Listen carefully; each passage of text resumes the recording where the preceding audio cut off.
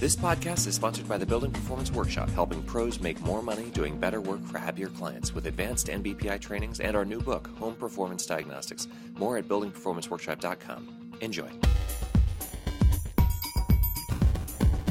Welcome to the Building Performance Podcast from Green Dream Group in Chicago. I'm Corbett Lunsford. Today, we're talking about trends in high-performance building and retrofits with C.R. Herro, who is the Vice President of Environmental Affairs at Meritage Homes. C.R., thank you so much for being on the show. My pleasure. Thanks for having me. So first of all, your name is very exciting, and your message is very exciting, and your title, I don't really understand it. Where did it come from? Yeah, it's an actually made-up title. I don't know what a Vice President of Environmental Affairs does.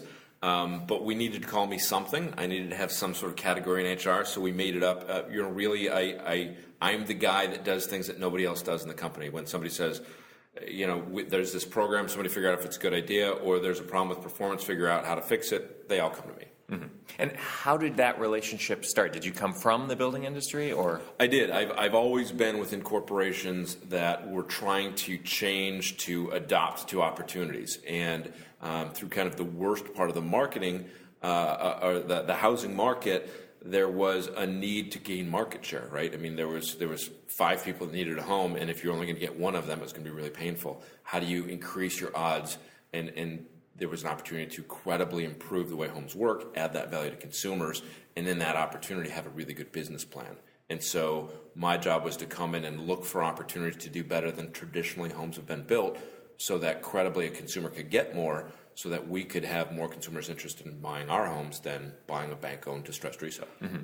And as you've said, you're a pretty outspoken, I would call you an activist. Anybody who's willing to listen. I admire. You have said that you did, instead of standing out, near the front entrance to the corporation holding a sign that says, you need to do better, blah, blah, blah, with your ponytail. Right. You actually put on a suit and went in, and you sat down with the management team at a corporation, and you said what exactly? Like, did you go at it with building science, or what exactly? So the good news was they knew that they needed a tool. They didn't know what the tool would look like, but they needed a tool to stand up in a marketplace that was saturated, that was a buyer's marketplace, and say, we're special, we're better. They said, we don't know what that looks like, go figure it out. And, I tried to have as few preconceptions as possible, and went out in the marketplace and looked at what were the best building strategies, what were the things that were selling homes that were special from community to community that we built, and our competitors built, and custom home builders built, and they did in Europe, and they did in commercial. What were the things that differentiated the product? And what quickly kind of rose to the top is anybody can get granite, anybody can get brown glass backsplashes, but if you can make a home more comfortable, if you can make it healthier, if you can save thousands of dollars in its operating cost, well, that's a hell of a lot better than the average way a home's built. And that's what we centered our strategy on. As you yourself point out, most people don't actually know that most homes are horribly uncomfortable and unhealthy, et cetera, et cetera. So how much negative advertising do you do, like in kind of a campaign mode, against those homes versus positive advertising for what you're doing that people might not actually understand? Yeah, it's mostly positive, but there's no way you can't kick mud at the existing inventory when you talk about the way you should live. So we definitely talk to consumers about the way they should be living, the opportunity to get more, to live better, to improve their quality of life. There's no way that doesn't then negatively infer on you're not getting enough. But that's the message, is you're spending twice as much on your utility bills as you should be spending. Your allergies or your little girl's asthma is worse than it needs to be just because you haven't, or the builder hadn't thought through some fundamentals. And we can, at a very competitive price point, make your quality of life better. And so it's a really easy transition, but you're right, consumers, it's surprisingly hard to sell consumers better because it's such an expensive purchase. It's something that they're only going to make once every 8 years, and they're depending on people like realtors and underwriters and appraisers to tell them what's best, and realtors and underwriters and appraisers know what we've done for 30 years, but aren't necessarily as educated on the opportunity to have more. You can talk to plenty of building scientists, all these people at ResNet, all these people with EBA, and they understand what the potential is, but it hasn't saturated the market well enough, so the key influencers, the reinforcing people within the market really aren't helping as much as they should in helping people get the best that they could have within the category. Mm-hmm. I want to talk with you for a moment about value engineering, which most people don't know what that is. But once you're on the inside, you realize that even though it sounds really fun and like, yay, value engineering, it's terrible, two great terrible things. day. How do you keep your, I mean, in essence, building science is about attention to detail, right? How do you keep your message clear all the way through that department of your corporation? So there's two factors. There's one, the push, and one, the pull. So the push is building science. What is the most you can do per dollar? And so we'll honestly go and say, this better window costs this amount and reduces your BTO demand this amount. This higher efficiency air conditioner does this benefit, reduces your BTU or your cost this amount, and costs this much amount. We'll rank them and sort them. The most benefit for the least cost wins. And that's just practical building science. How do I significantly improve for every dollar I get the most bang for the buck? And then there's looking at consumers and understand what is their level of sophistication. What are the things they're focused on, and they understand better is better, because there's substantive value and there's perceived value. And you have to do both. So we take a big step forward, and we're going to help consumers understand this is important, but we also look really hard at J.D. Edwards and all the consumer surveys and say, what are the key messages that consumers are wanting to hear about how this translates to improving their life? So, really simple. It's about safety and protecting their family and improving their huge investment so that they've got higher resale potential, or it'll appraise better, or it'll hold its value better in the future. And obviously the big one is, if you can save somebody $100 a month in utility bills over that 30-year mortgage they're considering this purchase, you're going to save them $50,000 in utility cost. If they understand that, they make a much more informed decision. So instead of saying this much per month, you say this much over the cost of, over the life of your mortgage, essentially. That's a great way to do it. Unfortunately, it's never simple, because you think about, everybody thinks about buying a home as location, and then price point, and then aesthetics and floor plan, and that's almost all they do. And we're adding this fourth variable, which is value. And when you add that fourth variable, you have to understand the way that particular consumer thinks about value. Sometimes it's protecting their kids, and it's about indoor air quality. Sometimes it's about their financial, and they want to understand incentives and dollars. And in that financial piece, sometimes it's, I'm thinking about the price tag of the house, and you need to scale the savings up to that price tag so it's apples to apples. Sometimes they're thinking about their monthly payments, and therefore you have to talk to them about their monthly savings. So if you're going to save them $100 at $5 a thousand, that's $20,000 worth of kind of commiserate value. So you have to be able to flip your discussion around your consumer's understanding and perception of value. Otherwise, you start subsetting yourself, and you're only talking to a part of the population. Is that something that happens in all sales? Like every salesperson should be able to do that? Or is that something that's specific to now the way that you're approaching it? We only do this because we've tried to do it wrong 50 or 60 times. So I will take full responsibility for this. I started by thinking I would train people to be PhD building engineers, right? Just scientists. And we built learning centers, and we talked about thermal breaks and convection and conduction and radiation and low E coatings on glass, and scared the hell out of people. And in a lot of ways, what happened is we scared some, but a lot of people, we shifted from looking for a house to the Discovery Channel, right? Now they were there to learn about building science instead of find a house, which isn't actually what I do for a living, right? I actually need to sell them a house where my boss can. You should come over to where we're making the big bucks in building science training. That would be easier, quite honestly. But ultimately, I got to get the sale. So we had to quickly convert from being proud of who we are and what we do to being humble servants of the customer. How do we help you live better? What do you care about, and how can we help you get more than maybe even you knew you could have walking in the front door? So that just flipped around, and we talk now about selling consumers based on their greed. Getting more, getting better, being healthier, being more comfortable, saving money. Because that's why people buy. They buy the best among the good enoughs. And we've had to learn to speak that language. Mm-hmm. Now, people listen to this show all over the world. And right now, there's somebody who works at a big production builder who is listening to the show, and they're thinking, how can I turn my company into your kind of a company? Really? Because I really enjoy competing against them now. They're not in your market. Okay, so they're not in my market. Okay, let's say Brazil. They're in Brazil. All right. So I'll do this in Portuguese style. No, It's the best thing you can do is iterative steps. Do not jump to be the best builder in the market that's ever existed in one step. We didn't do that. We're in version 4 of our building process. So the first thing we did is we standardized on best practices. What does the market already do? Let's do it consistently. Let's reduce that variance down to we're doing the best 10% of what the market sees. And then look at opportunities like, if you're in the States, there's the EPA's Energy Star program.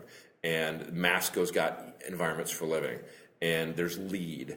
And, if you're in Europe, you've got this great passive house program. And it's black and white, plug and play, do X, Y, and Z and get these benefits. And great PhD building engineers have already thought through cost benefit. And their first tier program is the biggest step forward you can make, but it's also kind of spelled out. And normally there's marketing associated with it. So that if you're part of the EPA's Energy Star program, you plug and play the program, and all the marketing and sales training comes along with it. So it's pretty painless to put a really credible foundation underneath you, and then do what you're passionate about. The next couple steps say, what do my consumers want that they can't have? And then do that and be special about that. Mm-hmm. Without giving away any proprietary secrets or anything, what do you see as the problem for building companies like yours that is the next thing that you're going to have to hurdle in order to do what you want to do as your vision? Oh, the ideal home.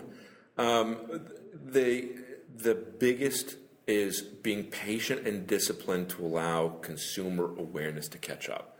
So you can I always talk about, you want to be in the next block ahead of the consumer so they're coming towards you and you represent the next step in benefit. You just don't want to turn the corner so they don't see you anymore. So you definitely have to be disciplined and patient and be better than what consumers understand, so you can upsell them. You can represent that new standard, but you can't be so far out that consumers no longer even relate, or your gap is so much that you've spent so much more than you'll ever be able to recover.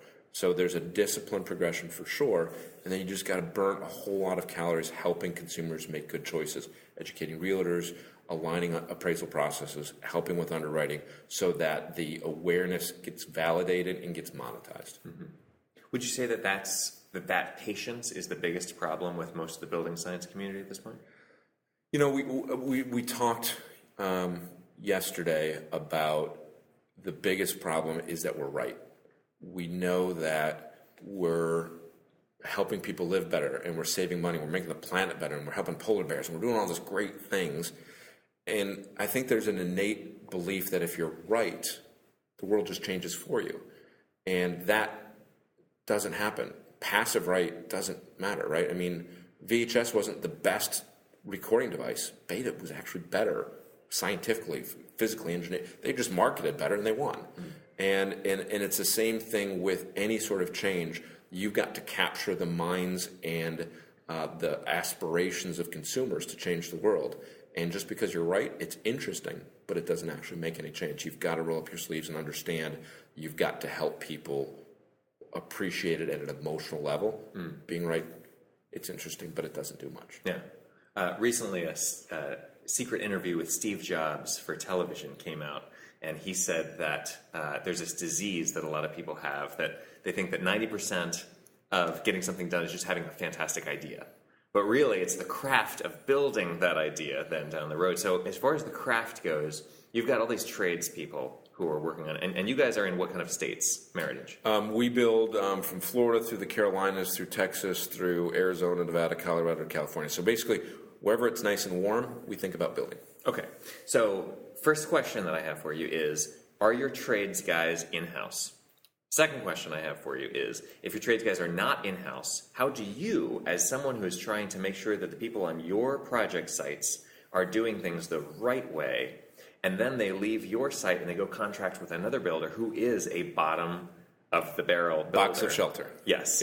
So then, and then they go back to their old ways. How do you then get them to come back to the real way to do things on your sites? So the first is most big production builders like Meritage. So we're one of the top 10 largest production builders in the country.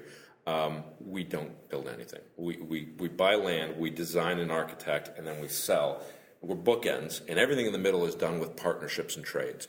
The great thing about being large is that we can occupy a trade's time. So when we come in and we say we have a philosophy and we're going to build special, we can have dedicated trades to that. So it's not they're coming to us once a month or once in a week doing something special. It's we're building 500 houses in that market. And so they're building a dozen houses at a time in that market. And when we identify we're going to be special, like when I started with Meritage, we brought every competent trade in. Anybody that could do this, we put in the room shoulder to shoulder with their competitors. And we said, this is the kind of company we're going to be. This is what we're going to do. We're looking for people to join the revolution. And half the company and half the room emptied out. They say, no viva la revolution, we're out. Yeah. But the half that was left were the people that understood that it's an investment in market share. We're going to be, right, because all this innovation is just building ahead of code. The code's going to catch up to this.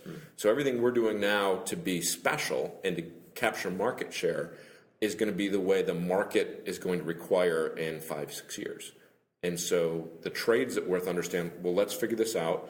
Let's be a premium trade person with a company we respect. Let's learn this. And then as it becomes a requirement, our competitors, our other trades don't know how to do it. We'll be able to do it faster, cheaper, and better. And so we'll be the trade of choice. So if we partner with somebody like that and we're not forcing it down their neck, it's a great win-win. If we're trying to force a trade to do something that they're not ready for, it'll never happen. So we kind of had to do that. We're going to be this. Who's on board? And let half of them fall away because those were the half that were going to make us not successful. You had said that marketing to the builders and to people who are interested in staying in business for 3 years down the road, that what they're doing now is not going to be good enough in 3 years, that you have to kind of step it up so that in 3 years now you are meeting code. How much of that kind of scare tactic actually works with the kind of, people who are in the construction industry in general versus the cheerleading? Like, what's the proportion that you do, 50-50 or? At best, 50-50. Okay. So we're really good if half of the trades in a marketplace are innovative and can change. It's absolutely a survival technique, and the people that can't change truly become extinct. But put your head down and execute what you know is a very safe thing to do in every business. And so I would say in almost every corporation I've ever worked at least half, probably more like 80% of the people were rewarded because when they make a decision, that's when they're at risk. If they just execute the same thing year after year, day after day, and their heads down, there may not be a lot of opportunity for them, but they're not standing in front of the firing squad either. But at some point they do become irrelevant. Yeah. And I'd rather jump in the front of the parade and be relevant than wait for my time to run out. I love it. Thank you very much for being on the show, CR. My pleasure. Thanks for having me. CR Herro is the Vice President for Environmental Affairs at Meritage Homes. You've been listening to the Building Performance Podcast. I'm Corbett Lunsford. Tune in next time.